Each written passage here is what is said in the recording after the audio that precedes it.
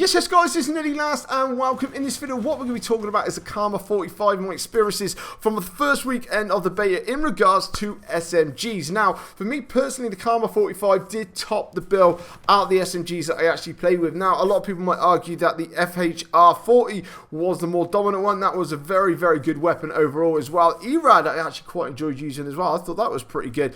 But for me, the one that actually topped it was the KARMA-45. I really, really enjoyed this one. I did actually max it out, got all the attachments and everything else for it. When the second weekend of the beta does actually come around, I will then be probably going towards the FHR. I think I managed to get a legendary. Obviously, all our progression from the first weekend does carry over to the second weekend, so get a bit more hands-on time with that and get a little bit more gameplay with that one, and then also get a bit more time with the ERAD. But KARMA-45, like I say, did top the bill overall for me personally. Now, I did see a lot of videos and I actually made one myself that I did feel that this was probably one of those weapons that was going to be nerfed just a little bit, because you see so many people using it. But while I say that, once we got to the last day, say like the end of Sunday, Monday kind of days, then I found a lot of people were running with the FHR overall. I think a lot of people tended to swap out. There was a little bit of problems in regards to the time to death and time to kill. That was a little bit wayward, it's a little bit off. Sometimes you felt like you were getting absolutely downed in one bullet,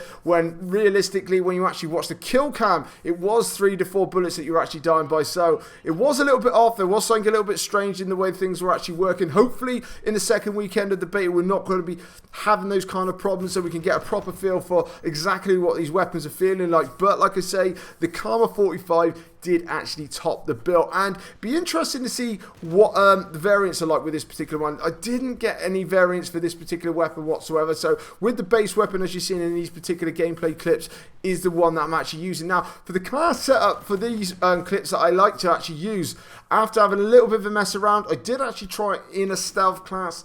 I did not enjoy the suppressor on it whatsoever. Like I say, that could be down to the fact of the time to kill and time to death sort of thing not working too well, but I really feel it nullified the gun quite a lot, so I tended to stay away from that. I went with the optic because I wasn't really too keen on the iron sights, but I could probably get used to them.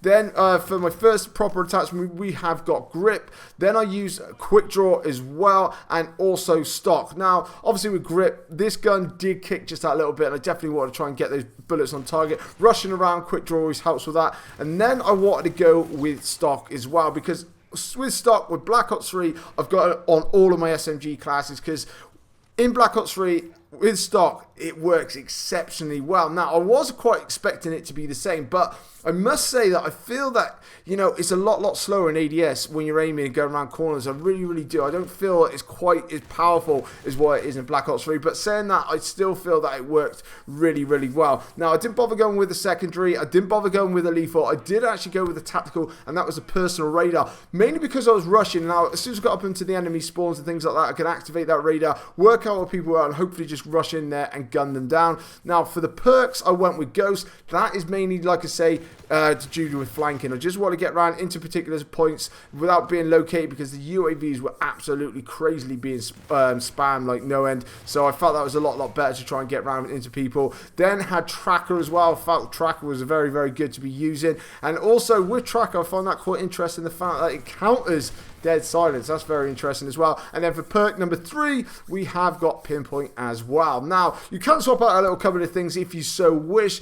I mean, if you want to go with dexterities, obviously for those fast mags, because you don't have that as attachment, I mean, you can quite easily get rid of that personal radar, get rid of that optic, and then go with dexterity. And then obviously if you're rushing, getting up amongst people, you can reload your gun a lot faster. And obviously with all the ammo that you get in this gun, it's only going to benefit you somewhat. But that's the only other way that I would tend to go with it. I will like to see what it's more like with the suppressor once again, once we get into the second weekend. But that was the class setup that I actually like to use in the first weekend of the beta, and like I say, this was my #1 SMG gun to actually go for. So let me know, guys, in the comment section below exactly what you're thinking about this, whether or not you actually preferred the FHR as an the SMGs overall. Would be very interesting to see, but leave it all in the comment section below. But coming up on my screen now is my subscribe button. Make sure you're jumping on that, and guys, if you could drop a like for me, it'd be absolutely amazing. This is Nearly Last, and I'll catch you later.